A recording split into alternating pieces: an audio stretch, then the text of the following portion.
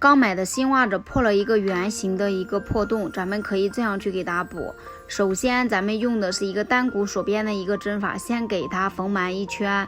姐妹们，这个单股锁边的方法呢，它每一次都是下至脉线给它收线就可以了。这个不懂不会可以多看2遍视频。走满一圈之后，继续回到原点，同样的方法继续给它走，一直把咱们这个圆形的破洞给它缝合上为止。平时在家里面羽绒服、沙发、被单，只要是圆形的破洞，咱们都可以用这个方法去给它织补起来，好看又结实。